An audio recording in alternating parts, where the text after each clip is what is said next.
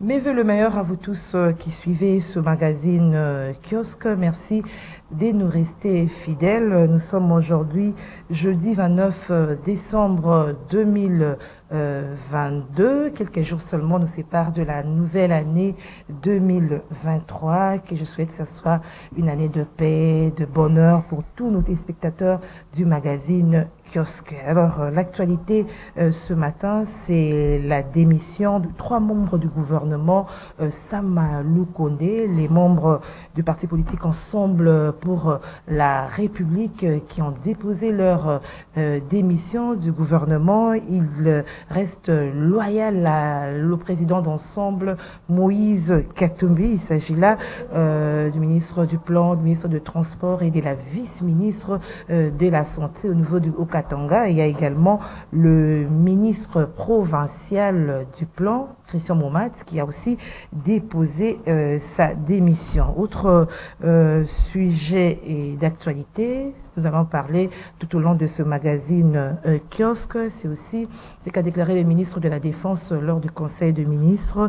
Le Rwanda maintiennent leur intention, dans les M23 soutenus par le Rwanda, maintiennent leur intention d'attaquer la ville de Goma.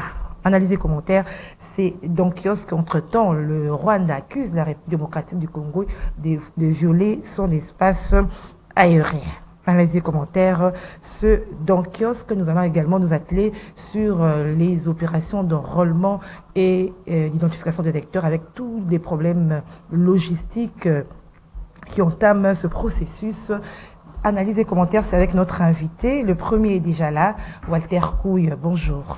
Bonjour Madame Gisèle, bonjour aux téléspectateurs de CCTV et meilleurs vœux à Madame Gisèle, à Merci. tout le personnel de CCTV qui nous ont toujours invités, toute cette année pour participer à cette émission et nous échanger les idées pour éclairer les téléspectateurs, les auditeurs et tous ceux qui s'intéressent à l'actualité politique en RDC. Voilà. Meilleurs vœux à la famille Couille, c'est ça? Merci beaucoup, Couille. Voilà. Alors, nous avons reçu un seul journal ce matin, c'est l'agence congolaise de presse qui a titré « Tshisekedi veut faire le bilan des actions de ses ministres ». C'est la une de l'ACP, toujours à sa une, l'ACP d'écrire « Le Sénat alerte sur des prédateurs des terrains de l'Église catholique qui se servent du nom de son président Sebahati Lukwebo ». Voilà, ce sont là les titres de l'agence congolaise de presse. Alors, Walter Couille, vous êtes déjà fait enrôler, vous avez déjà obtenu votre carte? Oui, je me suis fait enrôler depuis le lundi. Ça prend du temps, il faut de la patience. Je suis arrivé au bureau autour de 9 h, je suis reparti vers 15 h. J'étais la 40e personne qui recevait ce jour-là la carte d'électeur, c'est dans mon quartier. Et puis, il y avait 3 machines, mais j'ai trouvé que c'était un peu plus lourd parce que vous prenez Ils avaient commencé à 8 h, moi je suis arrivé à 9 h. Donc, à 15 h, j'étais la 40e personne. Si vous faites la moyenne, on est autour de 12 personnes par machine. 15 h, je ne sais pas, ils ont fermé à quelle heure, mais j'ai doute qu'une seule machine ait enrôlé plus de 25 personnes. Alors, avec ce rythme, je ne pense pas que l'on puisse enrôler tous ceux qui vont se présenter dans les bureaux de vote, dans les bureaux d'enregistrement, dans les 30 jours tels que fixés, donc jusqu'au plutôt au 23 janvier 2023. Mais j'ai vu le communiqué de la CENI disant qu'elle a déployé des équipes sur terrain pour corriger toutes ces erreurs afin que le travail soit un peu plus souple. La CENI attendait qu'on puisse dénoncer les problèmes. Non, pas dénoncer. Pas en amont. Non, en amont, ils ont testé. Tester, c'est une chose. Mais lancer l'opération des grandes envergures, c'en est une autre. Donc, c'est tout à fait normal qu'il y ait des petits problèmes de décollage. Ça sera un problème si qu'on n'a pas après, eu quand ils ont fait le test. Passé, oui. Bon, non, ce sont d'autres machines qu'on a achetées. On a changé des logiciels. Vous voyez, la carte, elle est différente que les cartes que nous avons obtenues en 2005. Et puis en 2017, je crois, ou 2016. C'est tout à D'abord fait... 10, après 17, c'est ça? Oui, c'est tout... Non, 2005. 2005, oui. Oui, 2005, et puis on s'est enrôlé encore en 2010, et Oui, puis en 2000. 2000. Oui, oui, vous avez raison. Mm. Donc, c'est tout à fait normal qu'il y ait un petit manœuvre, des petits problèmes de décollage. Au cas où ces mêmes problèmes ne trouvaient pas solution après 10 jours, en ce moment-là, on devra se questionner sur l'issue ou la suite de ce processus. Mais s'agissant de la couleur de la photo, chez moi, ça ne pose pas problème. Ah, votre photo, elle est belle, elle est normale, en noir et blanc. Elle s'identifie bien. Et je m'identifie bien sur ma photo. Mais parce que si vous avez tout le temps l'habitude de faire les filtres avec vos photos, mais devant la réalité, sans filtre, assumez-vous. Donc, s'agissant de la photo noir et blanc, c'est tout à fait normal. C'est l'option levée par la CENI que cette carte pour l'élection, pour ce processus, ne soit pas une photo en couleur. Moi, j'ai compris, je ne pose pas problème. Mais s'il y a des ratés, c'est tout à fait aussi normal. Ça serait mauvais si dans les 10 jours, comme je le disais tantôt, on ne corrige pas ces erreurs.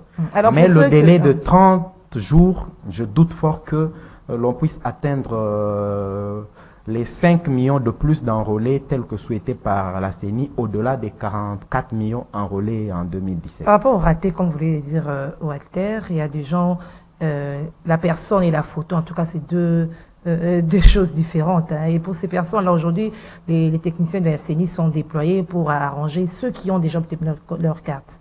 Non, en principe, quand vous avez une carte ratée, par exemple, j'ai doute fort que sur une carte qu'il y ait une photo qui n'est pas la vôtre, parce que on vous prend la photo. Ça vous ressemble pas? Non, ça doit vous ressembler. Peut-être que la photo est floue ou sombre, je ne sais pas, tout ce que je vois sur les réseaux sociaux. Il y a une personne qui paraît comme un monstre. Des images montées ou quoi. Non, ça, ce sont des... J'ai pari fort qu'il y a beaucoup de railleries, il y a beaucoup d'images montées rien que pour soit amuser, soit pour ternir aussi l'image des gens qui travaillent à la CENI. J'ai vu aussi une vidéo d'une dame en train de, à la limite, danser avec la machine pour prendre la photo d'une personne qui s'est présentée. C'est du montage, ça? Non, ça c'est une vidéo vraie.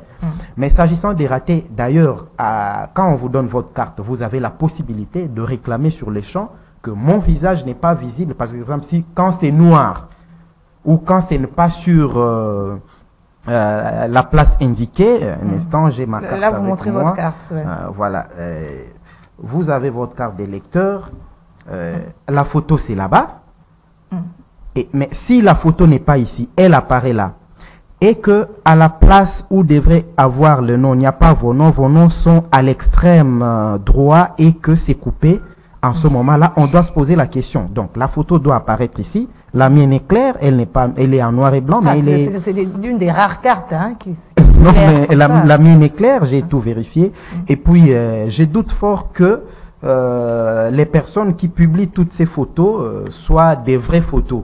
Donc, quand l'image a raté, la meilleure chose à faire, vous êtes dans le bureau, vous dites que c'est pas bon, la photo est noire, je ne me reconnais pas, parce que pour ces mêmes photos, quand nous allons, pour le moment, aussi longtemps que nous n'avons pas des pièces d'identité, des cartes d'identité, pour ceux qui n'ont pas de passeport, ils vont les utiliser pour les opérations bancaires, les transactions. Alors, la photo doit quand même être un peu plus visible. Et quand elle n'est pas visible, sur le champ, il faut réclamer. Je trouve anormal que quelqu'un sorte avec une carte toute noire à la place de la photo et puis aille publier sur les réseaux sociaux et réclamer sur les réseaux sociaux.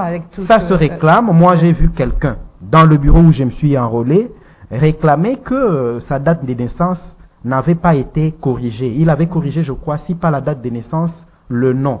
Alors, on a imprimé avec les fautes. Il est parti sur le champ, il est allé vers le chef des centres et le chef des centres est venu mettre les empreintes pour que l'on puisse, à la limite, écraser l'ancien fichier et puis modifier, mettre les corrections qu'il y avait. Je crois que c'est faisable, ça prend du temps. Et si cela continue dans les 10 jours qui suivent, en ce moment-là, ça risque de perturber les processus. Hein. Ça va énormément perturber le processus parce que nous courons derrière les temps. Est-ce que ça sera possible de finir l'enrôlement dans les 30 jours d'ici 23 janvier 2023? C'est une question. mais ça mérite que la CENI apporte des réponses immédiates par rapport à ce problème. Alors, on ne doit pas aussi s'en prendre ici à la CENI, que la carte n'est pas jolie, elle n'est pas bonne. En principe, ce n'est pas une pièce d'identité.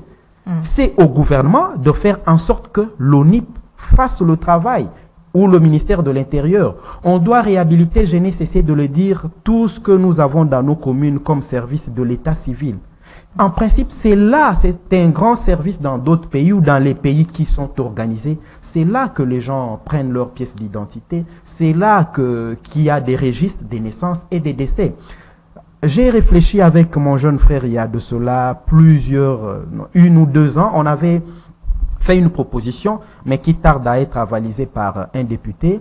On a dit ceci, que de recourir tout le temps à l'enregistrement des électeurs par la CENI, le gouvernement doit mettre les moyens pour réhabiliter les services de l'état civil. Vous voyez dans les différentes communes ou dans les postes. Pour ceux qui ont grandi en province comme moi, ils savent que à quelques 20 ou 30 mètres, il y avait un poste de l'État. Et dans ce poste-là, il y avait des services publics qui étaient là pour enregistrer les naissances, les décès et puis le mouvement des populations. Ça ne fonctionne plus, hein, ça n'existe On plus. doit les réhabiliter parce que c'est là qu'on sait identifier la personne. Parce qu'aujourd'hui, on vous dit, si vous n'avez pas l'ancienne carte d'électeur, vous allez chercher votre chef de quartier pour venir témoigner que c'est réellement vous êtes Congolais, ainsi de suite. Est-ce que le chef de quartier doit supprimer toutes ses activités pour venir au bureau de vote? J'ai vu aussi le chef de mon quartier être à la limite pris en otage parce qu'il devrait témoigner. Répondre pour plusieurs personnes. Voilà. Alors que si dans tous nos quartiers, dans toutes nos communes, ces services-là existaient, voilà notre proposition, ces services-là enregistrent les naissances. L'enregistrement des naissances est gratuit, c'est en déant 90 jours. Alors, on devrait faire la même opération pour le décès. Parce qu'aujourd'hui, avant d'enterrer une personne décédée, on exige le certificat de décès. Alors, nous avons proposé ceci. Vous obtenez votre certificat de décès, mais avant d'obtenir un autre certificat d'inhumation, vous rentrez à la commune, signalez que vous avez perdu une personne au bureau de l'état civil. Qu'est-ce que le bureau de l'état civil fait? Il retire la personne ou le nom de la personne du fichier. Ainsi, on a tous les jours un fichier à jour, aussi bien des naissances que des décès. Alors, quand l'année électorale vient, la CENI va directement à ce service et prend le nom des... D'ailleurs, ça sera à jour parce que à chaque jour qu'il y a décès, enterrement, on retire les gens. On aura un fichier à jour, on n'aura pas dépensé autant d'argent tous les 5 ans. C'est plus d'1 milliard de dollars pour rien que pour les opérations électorales. Je crois que c'est énorme. Ouais. C'est facile d'investir dans l'ONIP et réhabiliter les services de l'état civil pour que nous ayons du moins un registre national qui recense aussi bien les naissances que les décès. Et voilà. Alors si on essaie un peu de comparer le processus passé aujourd'hui, où il y avait moins de problèmes logistiques, même si c'est au début, on peut dire qu'on peut conclure, comme la plupart des personnes, qui s'est fait de la précipitation. On a recruté des gens qui sont pas, comment je vais dire, des gens qui n'ont pas qualité pour travailler à la CENI comme certains l'estiment. Malheureusement, nous sommes, nous, Congolais, rattrapés par l'un des plus grands démons. C'est celui de vouloir toujours travailler avec ses frères. Moi, je n'ai jamais eu honte de parler du tribalisme. Nous sommes un peuple tribaliste, nous, Congolais. Quand le tribalisme vous arrange, on dit que non, celui-là mérite, c'est la méritocratie, on a plus jugé ses capacités, ses compétences. Non. Les compétences, les capacités, il y en a partout, dans toutes les ethnies, dans tous les groupes, dans toutes les populations de la République démocratique du Congo. Qu'est-ce qui arrive? D'ailleurs, Denis Kadima l'a dit quand il est passé à l'émission Le Débat sur Top Congo. Il a bien dit qu'ils ont voulu changer le personnel des opérations électorales. Et pourtant, moi je me rappelle, en 2006, j'étais à l'Équateur, j'étais agent de la CENI. En 2011, j'étais étudiant, je ne pouvais pas le faire, bien que j'avais aussi été contacté sur base de mon expérience. À l'époque, j'ai dit que je n'étais plus à l'Équateur, j'étais à Kinshasa. En 2010 plutôt, j'ai finissé mes études. Alors, moi, à mon avis, je pense qu'on devrait recourir à ceux qui avaient déjà travaillé à la CENI, Par des rapport à leur agents, expérience. pas des agents permanents, mais des agents temporaires. Ceux qui viennent juste pour les opérations électorales, enregistrement, bureau des votes, ainsi de suite. On devrait recourir à ces gens-là. Tout le personnel temporaire que Nanga a laissé n'a pas vieilli, comme Denis Kadima voulait le faire croire aux gens.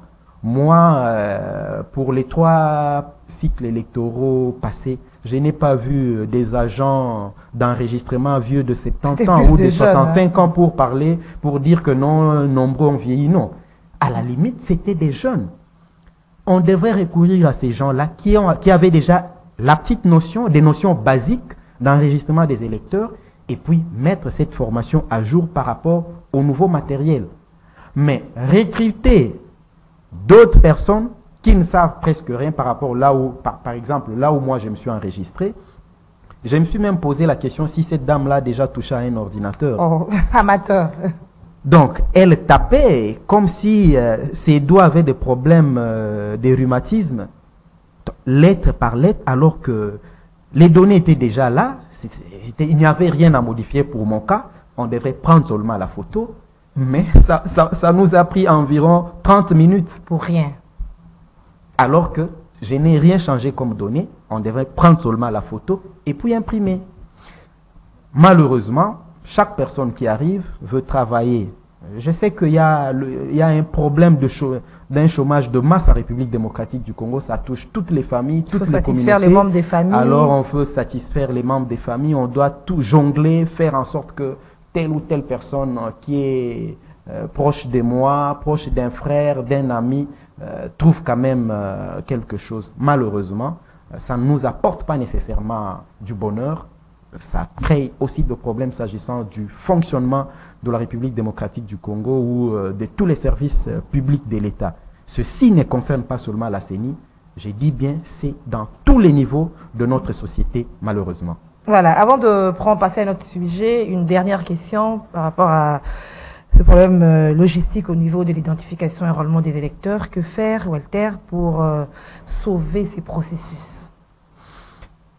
La meilleure des choses au jour d'aujourd'hui est que la CENI dépêche encore ses formateurs ou encadreurs, rebooster les gens qui sont déjà en train de travailler, parce que on ne reviendra plus en arrière pour changer toutes ces personnes qu'on a recrutées pour enregistrer les électeurs.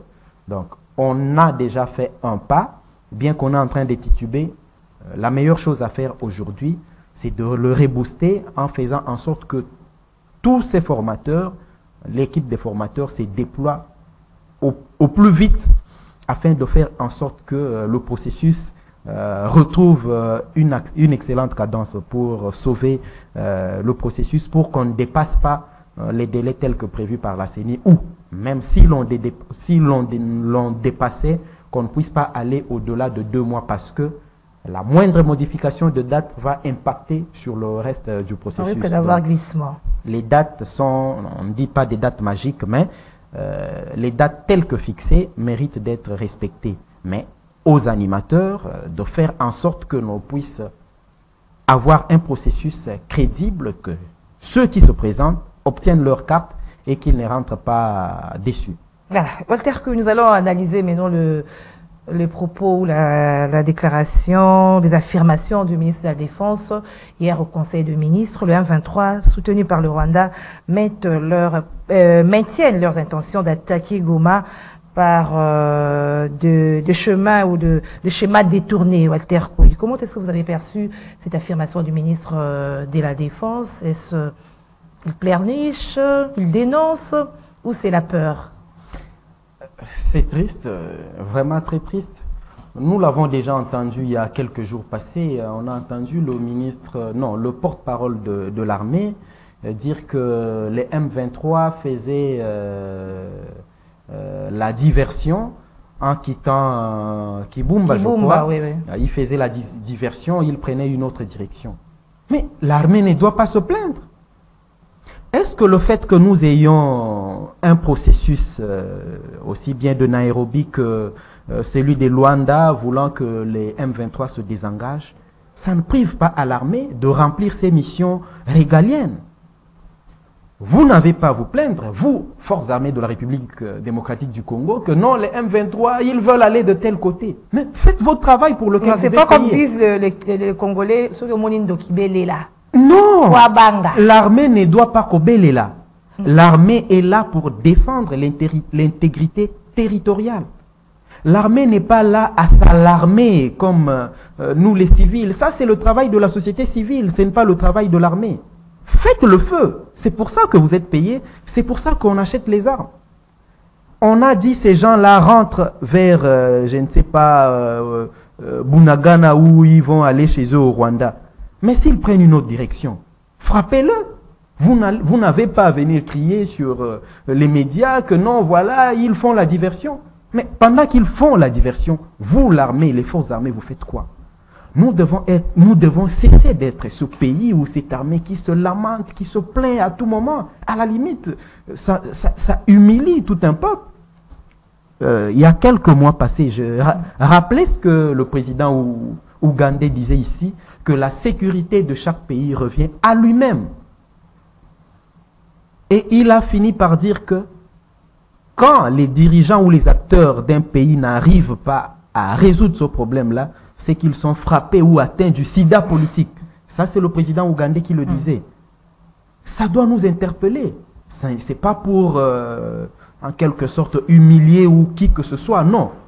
C'était une interpellation parce qu'au même moment, nous, on avait des opérations. On a des opérations conjointes avec les Ougandais. Pensez-vous que même les Kenyans qui viennent ici viendront s'exposer en chair à canon pour que le Congo retrouve la paix? Non. D'ailleurs, leur général l'a dit, ils ne sont pas surtout pour l'option militaire. Il y a la diplomatie qu'ils activent pour qu'on réussisse à évacuer ce problème de sécurité qui nous dérange depuis plusieurs mois. Mais moi, j'ai toujours cru aux capacités militaires de la RDC si on désigne des hommes sérieux pour faire ce travail-là. Parce qu'à la limite, cette guerre arrange beaucoup de gens.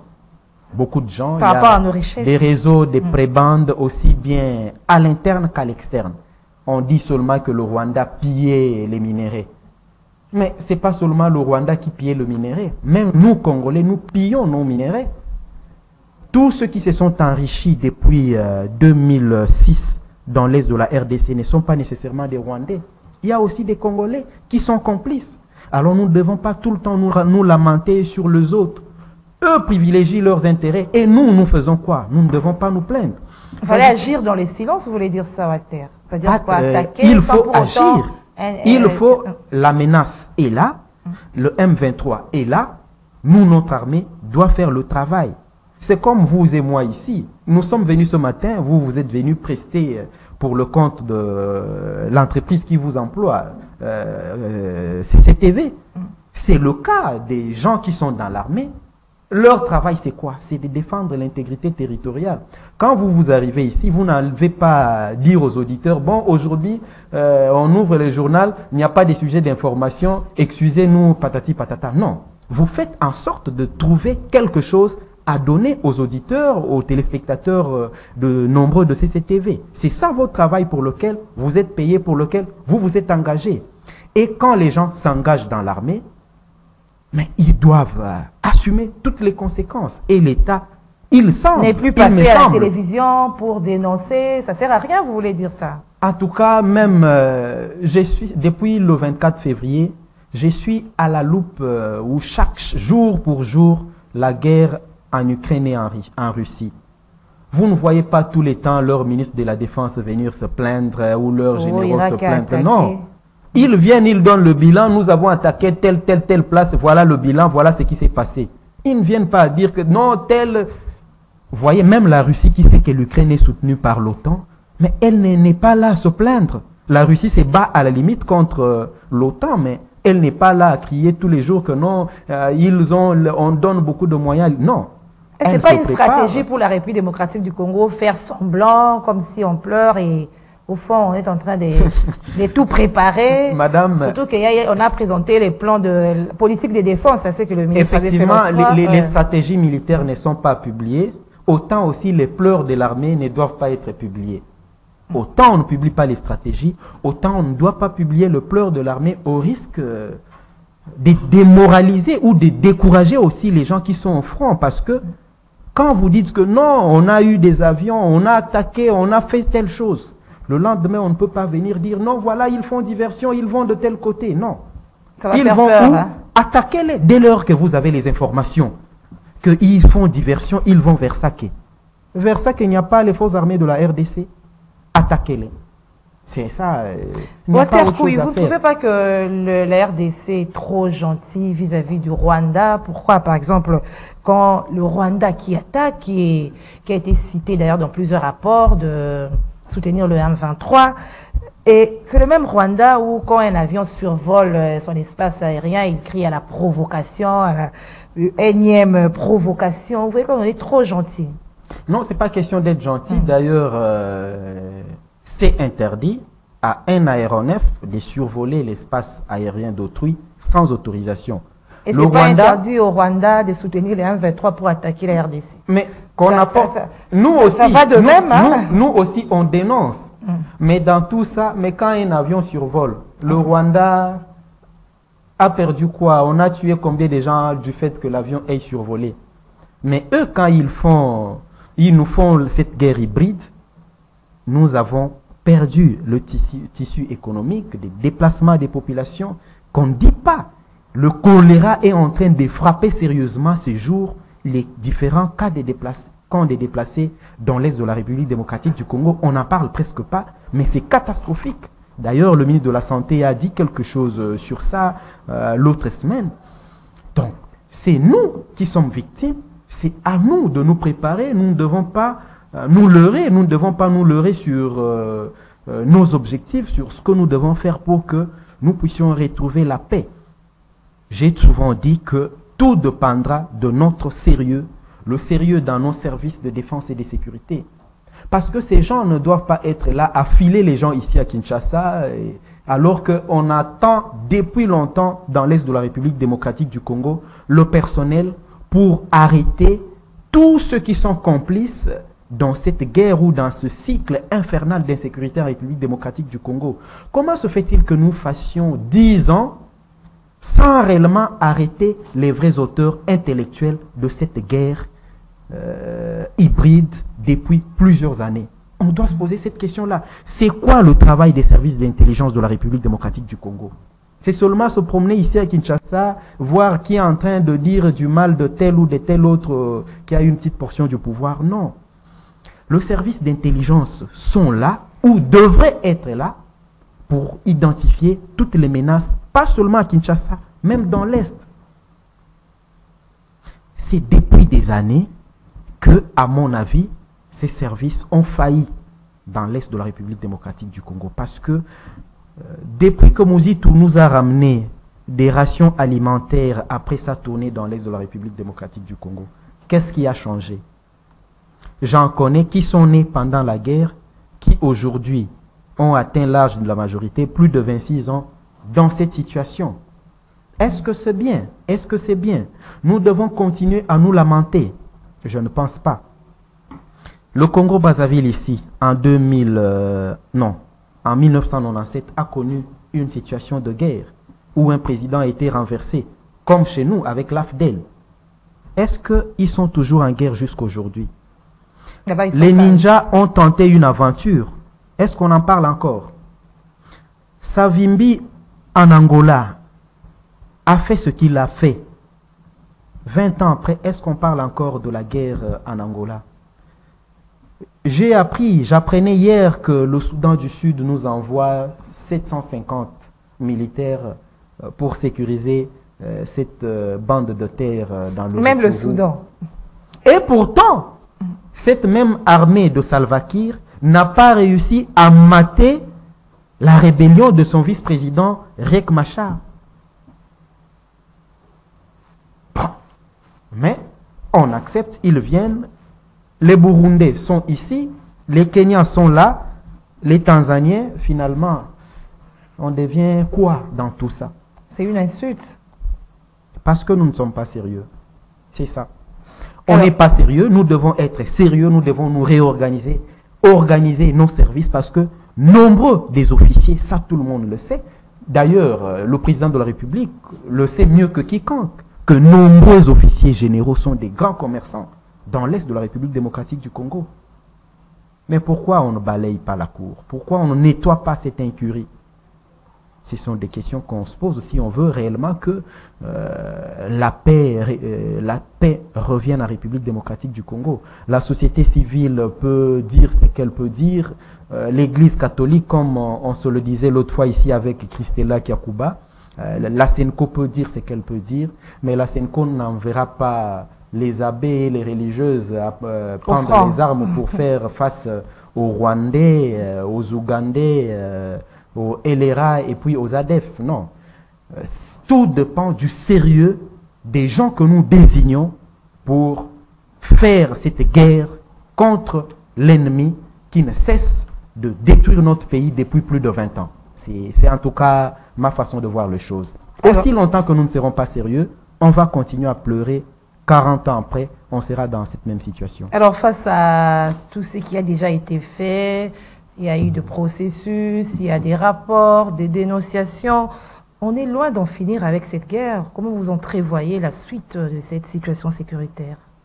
C'est un peu difficile de voir avec clarté comment sera l'avenir, mais on a le livre blanc, on a la loi de programmation militaire, on a lancé un processus très vaste de recrutement du personnel au sein de l'armée. Au jour d'aujourd'hui, on a environ 150 000 hommes. Pour une population d'environ 100 millions d'habitants, c'est trop peu. Et pour une couverture de 2 345 000 km², c'est absolument minimaliste. L'Ukraine est, je crois, 4 fois moins que la RDC, mais aujourd'hui, son armée, c'est plus de 600 000 hommes. 4 fois moins que la RDC. Il faut augmenter les 600 000 hommes. Nous, en principe, on doit atteindre 1 million, à mon avis. Pourquoi? Parce que nous avons un territoire vaste. On doit préparer, nous devons avoir une armée capable de répondre à toutes les menaces sur les 9 frontières couvrant notre pays. Et cela dépend de la qualité, du traitement des militaires. Qualité du personnel, le recrutement du personnel. On doit accélérer, réhabiliter. J'en parlais ici. Au-delà de recruter le personnel, on doit construire les nouvelles bases militaires, les nouveaux camps militaires, parce que, parlons de Kinshasa ici, arriver au camp Kokolo, arriver au camp Badiadingi, arriver au camp Bumba ou au camp Mobutu, voyez seulement l'image de nos camps militaires et vous avez la réponse. Donc, on doit réhabiliter les camps militaires pour loger ce personnel, ceux qui acceptent de verser leur sang pour nous, construire les écoles dans les différentes bases militaires ou camps, et puis changer ou améliorer le traitement des bases des militaires, donc leur solde.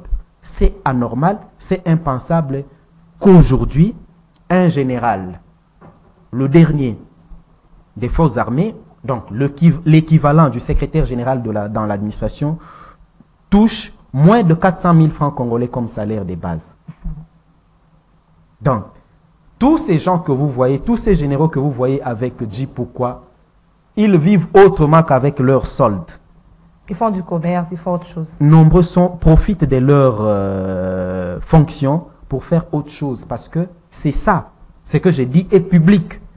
Le salaire d'un secrétaire général ou d'un haut gradé, le dernier gradé dans l'armée, ne dépasse pas les 400 000 francs congolais. On ne peut pas vivre comme ça. Et pourtant, vous prenez le salaire d'un député, on parle de 8 000 $. Quand vous mélangez avec les invisibles, on atteint les 21 000. Celui d'un ministre, on ne sait pas. Celui du président de l'Assemblée nationale, Jean-Marc Abunda, dit qu'il touchait le mois pour son cabinet 120 000 $. Il disait que Mbosso, son titulaire, touchait environ 200 000 $ pour l'entretien de son cabinet. Pourquoi le personnel politique, le conseiller à la présidence de la République, c'est autour de 28 millions de francs congolais? Pourquoi un conseiller à la présidence doit toucher 28 millions de francs congolais et qu'un général ou un lieutenant touche moins d'1 million de francs congolais? Donc, cette injustice, on doit trouver une réponse adéquate à cette injustice pour qu'il y ait une société agréable où il n'y a pas déséquilibre dans le traitement salarial, parce que tous sont au service de la nation, aussi bien militaires, conseillers à la présidence, à la primature, ministres et députés, que les policiers et le militaire au front. Si nous voulons une société juste, équitable, je ne dis pas que le général doit toucher le même, mais il faut quand même qu'il y ait l'équilibre dans la façon de traiter le personnel qui travaille pour alors, elle a augmenté l'effectif et amélioré les conditions de travail. Qu'est-ce qui doit être priorisé? Pourquoi je dis ça? Parce que le Rwanda qui soutient les 23, ils n'ont pas aussi une armée énorme, avec un effectif énorme. Tout est prioritaire. Le Rwanda n'est pas densément peuplé que la RDC. Le Rwanda, je ne crois pas qu'il a plus de 5 millions d'habitants. Ça dépend de la population. La population, rien que la population de Kinshasa avale la population du Rwanda. Donc nous avons une population dense. Même pour le cas de Kinshasa, on doit aller au-delà de 100 000 policiers pour permettre en sorte que à chaque fois que vous avez un problème dans votre quartier, quand vous allez au poste de police, qu'on ne vous dise pas qu'il n'y a pas de personnel à vous envoyer pour votre sécurité. Non. On doit, tout doit être fait concomitamment. Je sais qu'il y a un personnel, c'est lui qu'on avait le génie civil dans l'armée. Leur travail sera là. Pendant que eux construisent, il y a d'autres personnes qu'on a dans les CI ou dans les centres d'instruction qui sont là pour former. J'ai dit ceci sur base d'une petite expérience que j'ai vécue quand j'ai fait quelques vacances au centre d'instruction des commandos marins à Irebu, c'est dans l'Équateur, au bord du lac Tumba. J'ai constaté comment fonctionnait ce travail. J'ai vu le même jour qu'il y avait des militaires sportifs, maîtres, karatéka, judoka, qui, quand le militaire finissait de traverser le fil, là, le câble, il allait à tel autre exercice. Donc c'était catégorisé comme ça. Et il y avait, au même moment, il y avait des militaires maçons qui étaient là pour entretenir le camp militaire ou le centre d'instruction. Donc, tous ces services-là doivent travailler concomitamment. On ne peut pas dire non, on enrôle d'abord et puis on commence à construire. Non.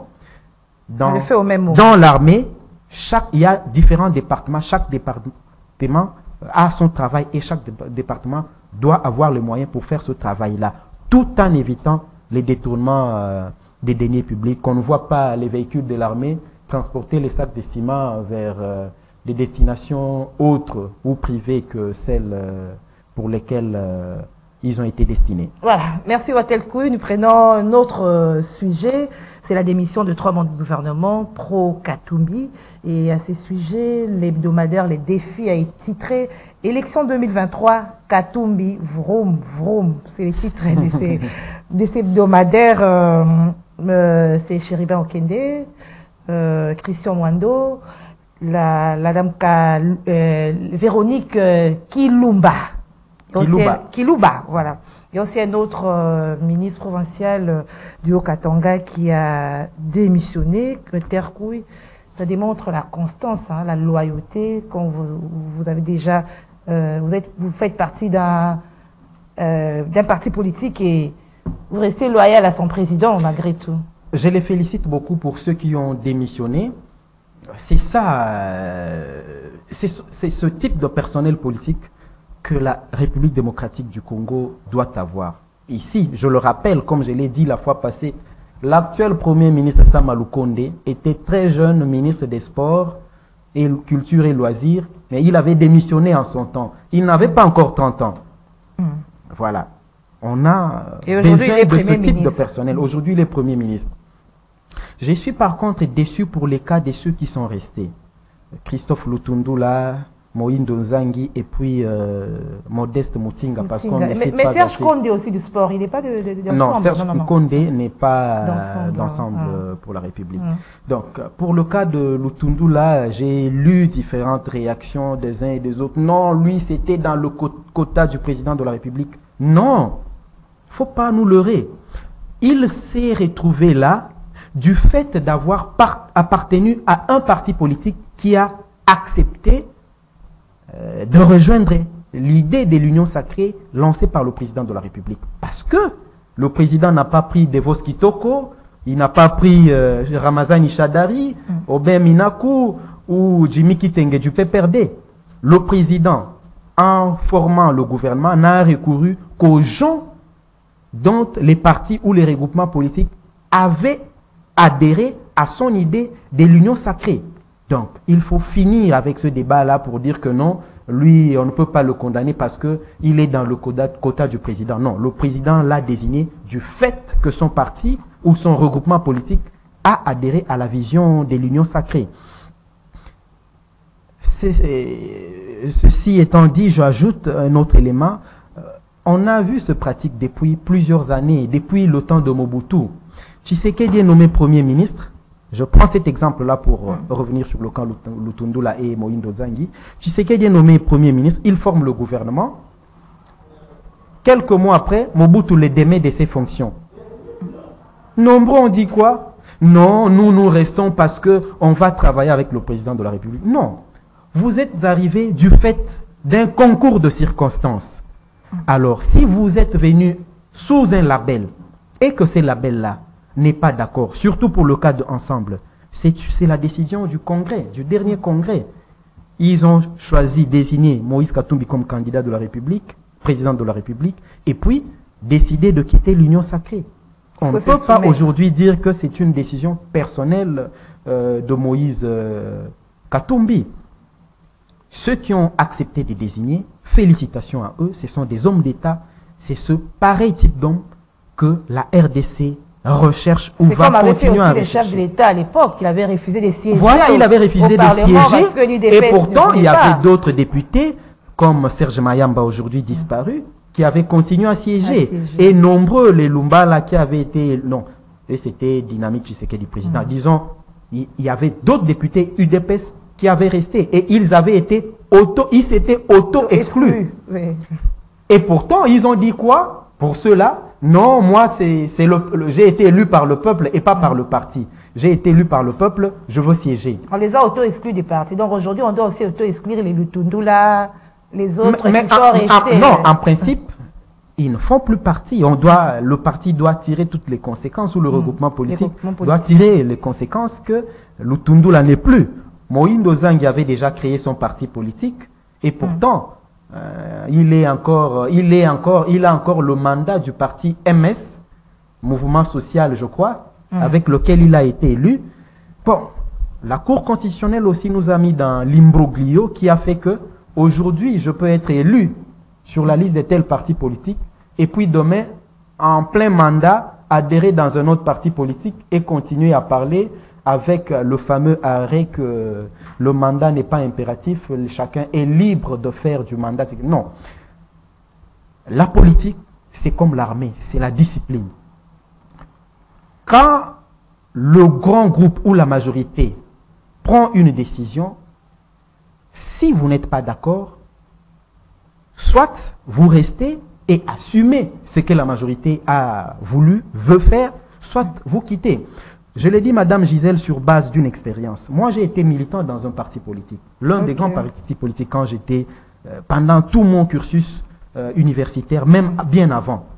On se retrouvait dans des réunions et ça, c'était comme une maxime que chacun de nous ne pouvait pas oublier. Vous venez, vous réunissez, on dit vous ferez telle chose, on va organiser une marche, nous allons faire telle chose. Tout le monde n'était pas nécessairement d'accord. Mais la majorité dit oui, on ira attaquer telle place. Tu n'es pas d'accord? La majorité a décidé. La meilleure des choses, si tu n'es pas d'accord, c'est au nom de la solidarité et de la discipline qui doit régenter nos partis politiques. Parce que Vous êtes élu ou devenu ministre du fait d'avoir appartenu à tel parti politique. Le parti quitte le regroupement. Vous vous dites non, moi je suis loyal parce que j'aime bien le président de la République. Ils ne veulent pas laisser l'argent. Non. Alors, j'en connais nombreux. Par exemple, je le cite pour faire rire. Le fils de sa grand-mère était ministre, avait un parti. Il a créé son parti politique qui avait un siège. Aujourd'hui, ce parti-là n'est plus de siège. Le siège, c'est, je ne sais pas, dans sa maison ou dans ses bagages. Nombreux qui sont aujourd'hui ministres, qui ont créé des partis politiques du fait d'être devenus ministres. Ça disparaît après. Disparaîtront quand ils n'auront plus les fonctions de l'État. D'ailleurs, voyez, tout notre personnel politique. Nombreux sont donateurs que quand ils sont ministres. Quand ils cessent d'être ministres, même députés, ils commencent à créer des motions alimentaires. ONG s'arrête, fondation cesse de fonctionner. Malheureusement, c'est ça le personnel politique que nous avons. Je sais et je suis, le président en est très très conscient. Il sait que ces gens ne lui disent pas ou ne lui renouvellent pas loyauté du fait qu'ils sont convaincus de ses idées ou de la ligne qu'il a tracée. Non. Parce qu'ils sont aux affaires, le jour qu'ils ne seront pas là, le jour qu'il ne sera pas là, ou le jour qu'il va le mettre de côté, ils vont arrêter de dire ça. On l'a vu pendant les consultations nationales. J'étais au Palais de la Nation. Nombreux de l'Union sacrée, dont certains aujourd'hui ministres, avaient refusé de participer aux consultations. Ils ont fait des déclarations selon lesquelles ils ne quitteront pas la barque, ils seront avec Joseph Kabila jusqu'au bout pendant la tempête, comme quand la tempête passera. J'en ai vu qui disaient « touche pas à ma bunda ».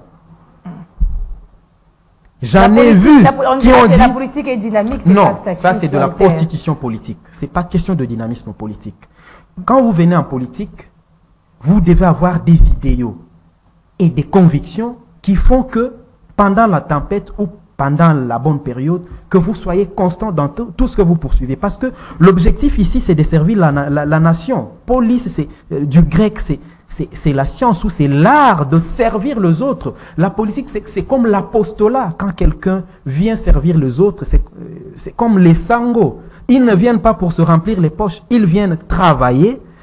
Demain ou le lendemain, quand on dit, messieurs, l'abbé, tu n'es pas curé ici, on t'envoie au village, on t'envoie telle place, il n'y a pas de rébellion parce que, j'allais dire non, je n'ai plus continué au couvent, je ne suis plus. Donc, au couvent, ceux qui ont été au couvent savent et nous sommes formés ou sont formés pour travailler n'importe où, en ville comme en campagne. Ce qui fait que quand un prêtre est permuté, il était ici au centre-ville, on l'envoie à Maluku ou à Mbakana, vous n'apprendrez pas qu'il s'est auto-exclu ou qu'il a quitté l'église. Il va partir. Et le personnel politique doit se comporter de cette façon. Alors le chef d'État a demandé à ce qu'on termine par là, à ce que le Premier ministre puisse évaluer les actions des membres du gouvernement. Il y a des inquiétudes. Ce ne sera pas pour poursuivre tous ces membres qui ont quitté la navire.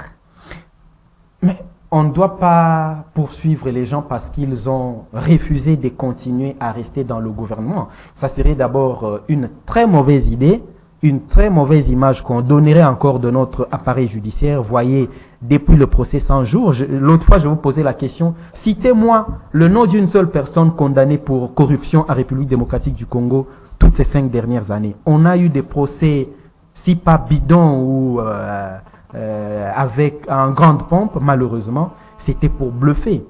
Il n'y a que 2 personnes qui sont en prison aujourd'hui pour corruption, du fait qu'ils sont fonctionnaires, comme ce n'est pas une personne, ce ne sont pas des politiciens, c'est l'ancien inspecteur général à l'EPST et puis le directeur national du SECOP, c'est tout. Tous les autres, les Sokok, les Benjamin Wenga, procès 100 jours, tout le monde est libre aujourd'hui. Dossier détournement des fonds Covid pour les écoles. Eteni Longondo pour Covid, ainsi de suite. Monsieur Willy Bakonga sont où? Le rapport de l'IGF est là. Pourquoi la justice ne l'exploite pas? Qu'on laisse Chérubé Okende, j'ai vu... Ils ont créé des associations... J'ai vu dans les réseaux sociaux, non, on doit poursuivre... Okende a laissé les placards dans... S'il vous plaît, arrêtez avec cette vaste blague. Le pays a beaucoup à faire. On vole chaque jour... le président de la République lui-même s'en plaint de notre justice. L'IGF se bat, Mais quand l'appareil, Deux les poids, choses deux mesures, arrivent, certains, oui. c'est triste, mais je crois que le président de la République, qui a fait un coup de balai dans la territoriale, devra encore donner un autre coup de balai aux différents niveaux pour que nous ayons une classe politique qui vient servir la société et pas des gens qui viennent pour se servir avec des fausses renouvellements des loyautés. Merci Water Kouy, merci d'avoir répondu à notre invitation, merci à l'équipe technique, merci à vous fidèles téléspectateurs et auditeurs de Kiosque. Nous nous retrouvons demain à la même heure pour le dernier numéro de l'année 2022. Ça sera Kiosque Bilan demain. Rendez-vous, c'est à 9h30. Au revoir.